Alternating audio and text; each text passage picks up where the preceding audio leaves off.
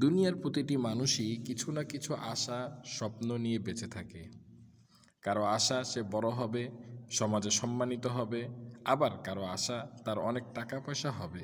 কেউ আশা করে ভালো একটি চাকরি পাবে, আবার কেউ আশা করে সুন্দর ও ধনী পরিবারে বিয়ে করবে, আবার কেউ ভাবতে থাকে সে খুব ভালো জীবনসঙ্গী পাবে, সুখের সংসার হবে, সন্তান হবে নেককার। এই আশা চাওয়া মানুষের স্বভাবজাত। কিন্তু ভাই, প্রশ্ন হলো, আমরা কি সত্যি সেই আশার মতো করে চেষ্টা করি? আমরা কি দোয়া করি?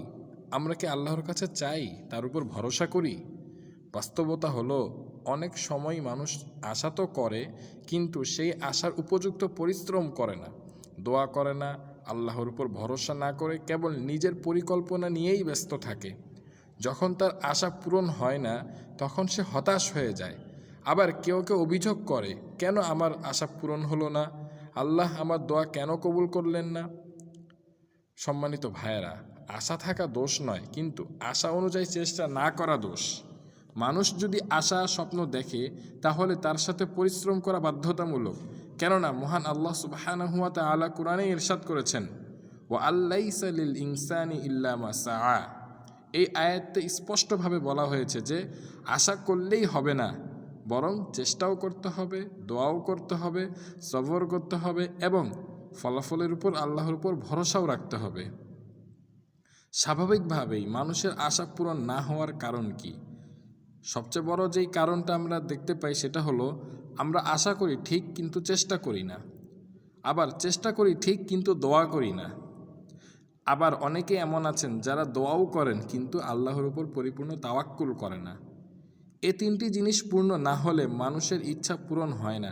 সেই সাথে আমরা ভুলে যাই, যা আল্লাহ ঠিক করে দেন তাতেই আমাদের কল্যাণ রয়েছে।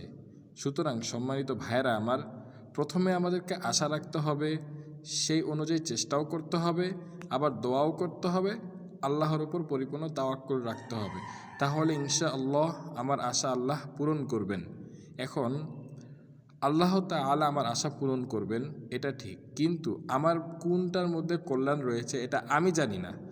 মহান আল্লাহ সুবহানাহু ওয়া তাআলা স্পষ্টভাবে এবং খুব সুন্দরভাবে জানেন যে আমার কোন কাজের মধ্যে কল্যাণ রয়েছে।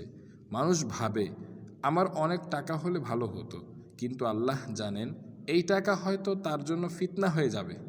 মানুষ ভাবে আমি যদি ওই মানুষটাকে বিয়ে করতে পারতাম তাহলে জীবন ভালো হতো, কিন্তু আল্লাহ সুবহানাহু ওয়া তাআলা জানেন তার মধ্যে এমন কষ্ট লুকিয়ে আছে যা তুমি দেখতে পাবে না।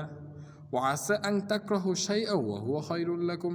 তোমরা তো এমন কিছুকে অপছন্দ করো যেটা তোমাদের জন্য রয়েছে কল্যাণকর, আল্লাহ তাআলা জানেন। তাই আশা পূরণ না হলে হতাশ হওয়ার দরকার নেই, বরং বুঝতে হবে আল্লাহ আমাকে তার চেয়েও ভালো কিছু প্রস্তুত করে রেখেছেন। আবার অনেকেই এমন আছেন যারা আশা পূরণ না হলে অভিযোগ করে বসে। আজকের মানুষ খুব দ্রুতই হতাশ হয়ে পড়ে। তার মনে হয় সে যা চেয়েছে সেটা না পেলেই সব শেষ। অনেকে আল্লাহকে দোষারোপ করে, কেন আমার আশা পূরণ হলো না? এটা নিতান্তই ভুল, খুবই বড় ভুল। কেননা হাদিসে এসেছে, কদ্দারাল্লাহু ওয়া মা শাআ ফাআলা। আল্লাহ তাকদির করেছেন, তিনি যা ইচ্ছা করবেন তাই করবেন। অর্থাৎ আল্লাহর সিদ্ধান্তই সর্বোত্তম সিদ্ধান্ত। মানুষের ইলম সীমিত আর আল্লাহর ইলম অসীম। সুতরাং আল্লাহ তাআলা ভালো জানেন কখন কার আশা কিভাবে পূরণ করলে তার জন্য কল্যাণকর হয়, এটা আল্লাহ তাআলা ভালো করেই জানা রয়েছে। কিন্তু আমরা আমাদের কল্যাণ এবং অকল্যাণ কোনোটাই জানি না। যেহেতু আল্লাহ তাআলা জানেন, এজন্য আল্লাহ তাআলার নিকট সোপর্দ করে দেওয়াটাই আমাদের জন্য সর্বোত্তম। সম্মানিত ভাইয়েরা, যদি আমরা সত্যি আশা পূরণ করতে চাই, তাহলে তিনটি জিনিস জীবনভর ধরে রাখতে হবে। প্রথম বিষয় হলো সঠিক পরিশ্রম। বিদ্যার আশা করলে পড়াশোনায় মেহনত লাগবে, টাকার আশা করলে তো হালাল রোজগারের চেষ্টা করতে হবে, ভালো পরিবার চাইলে চরিত্র সঠিক করতে হবে, শুদ্ধ করতে হবে। আমাকে এসব কাজ করতেই হবে, আমি যেটা চাই সেটার জন্য আমাকে পরিশ্রম করতে হবে। আর সাথে সাথে পরিশ্রমের পাশাপাশি আমাকে দোয়াও করে যেতে হবে, কারণ দোয়া হচ্ছে মুমিনের অস্ত্র। আর দোয়াউ সিলাহুল মুমিন। শুধু জিহ্বায় দোয়া না, বরং হৃদয় দিয়ে দোয়া, কান্না দিয়ে দোয়া, আশা নিয়ে দোয়া করতে হবে। এরপর আমাদেরকে পরিপূর্ণ তাওয়াক্কুল এবং আল্লাহর উপর ভরসাও রাখতে হবে, কারণ ফলাফল আল্লাহর হাতে। আমরা শুধু চেষ্টা করব আর বাকিটা তিনি ঠিক করে দিবেন। কেননা কোরআনে পাক আল্লাহ তাআলা সুবহানাহু ওয়া তাআলা ইরশাদ করেছেন, ওয়া আলাল্লাহি ফালইয়াতাওয়াক্কালিল মুমিনুন, যে যারা আল্লাহ তাআলার উপর ভরসা করে এবং বিশ্বাসীগণ তারাই আল্লাহর উপরে ভরসা করবে। আরেকটি বিষয় হলো, আমরা যদি আমাদের আশা পূরণ করতে চাই, আমাদের আশা পূরণ হোক এটা যদি আমরা চাই, তাহলে দুটি বিষয় লাগবে। একটি হলো নেক আমল করা, আর অপরটি হলো গুনাহ ত্যাগ করা, অর্থাৎ গুনাহ না করা। অনেকেই বলে যে আমি তো চেষ্টা করি, তবুও আমার আশা কেন পূরণ হয় না? তখন প্রশ্ন করতে হয়, আমরা কি গুনাহ থেকে বেঁচে আছি? কারণ গুনাহ মানুষের রিজিক, সুখ, শান্তি ও আশা সবই বন্ধ করে দেয়। কারণ হাদিসে পাকে ইরশাদ হয়েছে, ইন্নার রাজুলা লা ইয়াহরামু রিজকা বিযামবি ইউসিবুহু, মানুষ গুনাহের কারণে রিজিক থেকে বঞ্চিত হয়।